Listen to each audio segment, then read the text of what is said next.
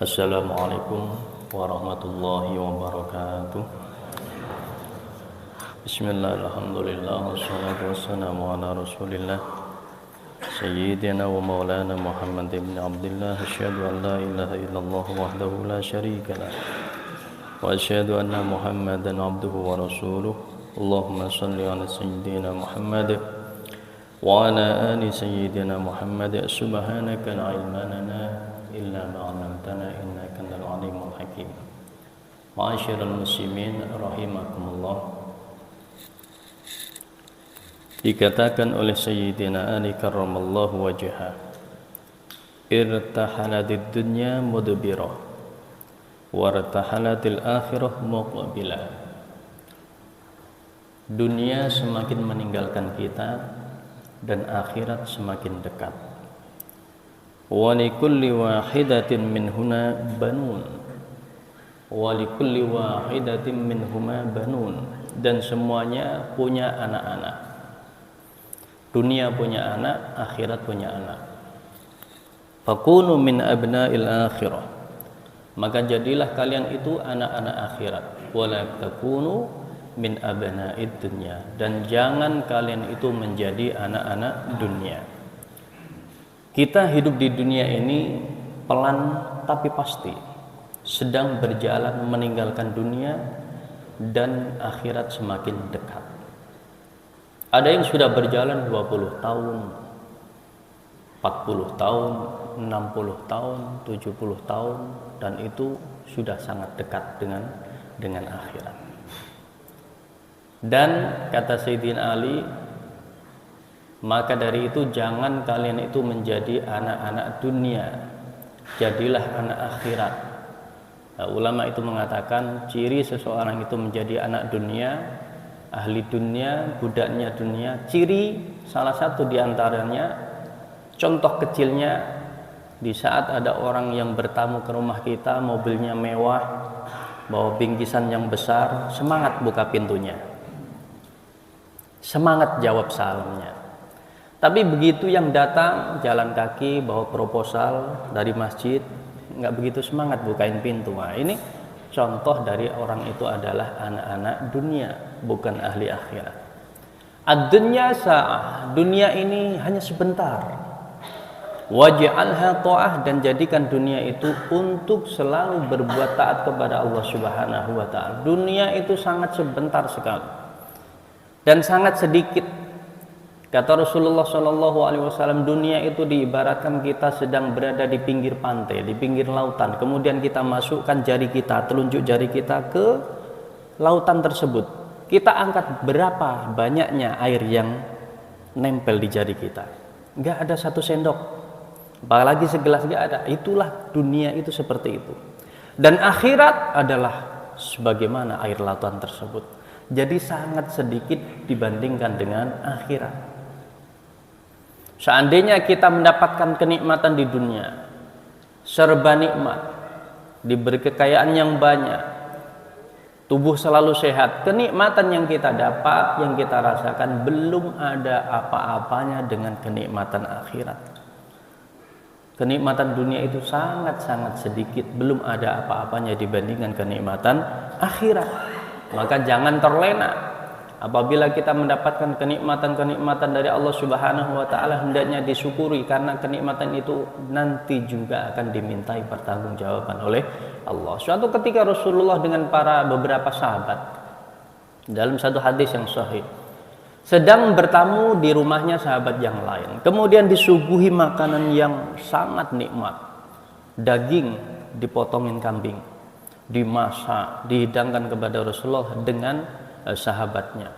Kata Rasulullah apa? Ini adalah termasuk nikmat mas'ulun, nikmat yang nanti akan ditanyakan oleh Allah Subhanahu wa ta'ala.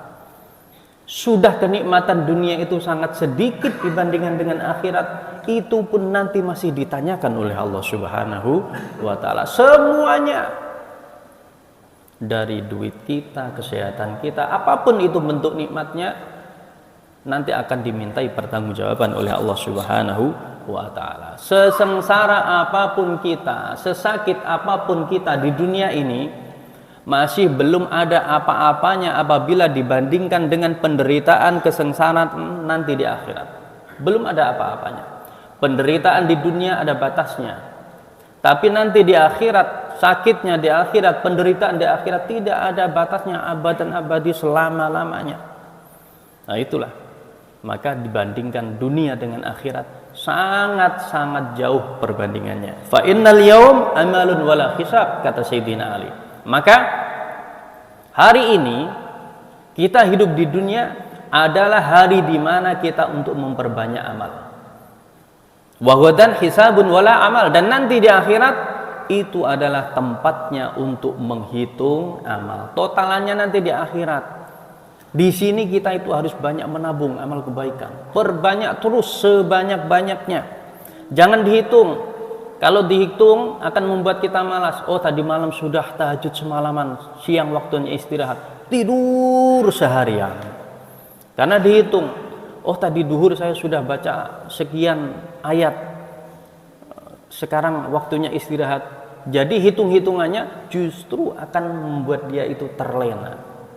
Perbanyak istirahat juga penting, akan tetapi jangan alasan istirahat kemudian waktunya dihabiskan untuk sekarang itu rebahan terus menerus.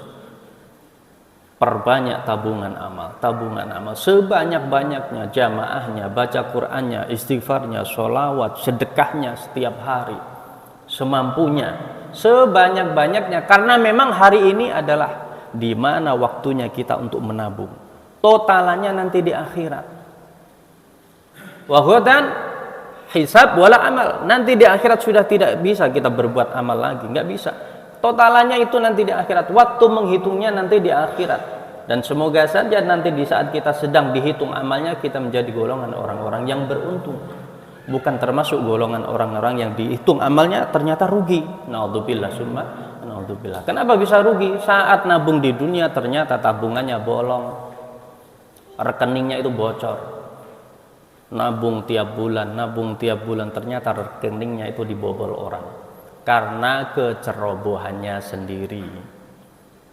Begitu juga di saat kita hidup dunia, wah kita rajin ibadah, rajin jamaah, rajin berbuat baik, ternyata dengan kecerobohan kita, amal ibadah kita hilang, bahkan diambil oleh orang lain karena kita sering menyakiti orang lain. Jadi orang itu kalau sering menyakiti orang lain dengan lisannya, dengan perbuatannya, sama saja dia itu sedang menghadiahkan amal baiknya pada orang lain.